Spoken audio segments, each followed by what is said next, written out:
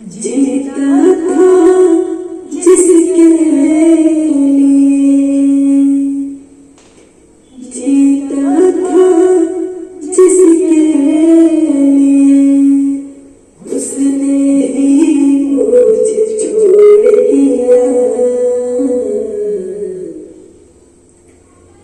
हमारा ऐसन राह पे लगे मेरा दिल तोड़ दिया। हमारा ऐसन मोड़ पे लगे मेरा दिल तोड़ दिया।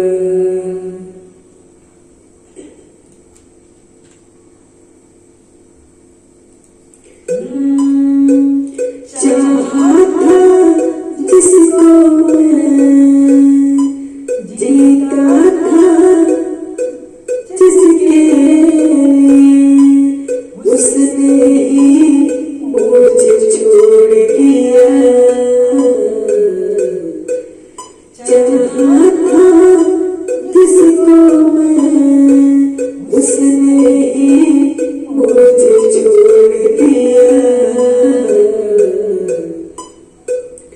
हमारा ऐसन मोड़ पे लगे मुझे छोड़ दिया। हमारा ऐसन राह पे लगे मेरा दिल तोड़ दिया। चाहा था उसको मैं जान से भी ज्यादा, चाहा था उसको मैं जान से भी ज्यादा। हमारा ऐसन राह पे लगे मेरा दिल तोड़ दिया। हमारा ऐसन राह पे लगे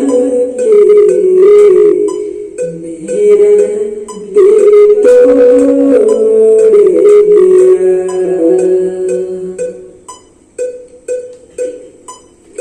जीता था जिसके लिए,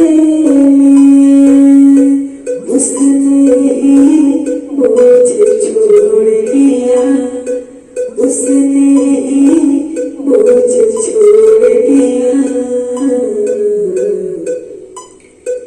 हमारा ऐसन राह पे लगे मुझे दिल तोड़ दिया। हमारा ऐसन मोड़ पे लगे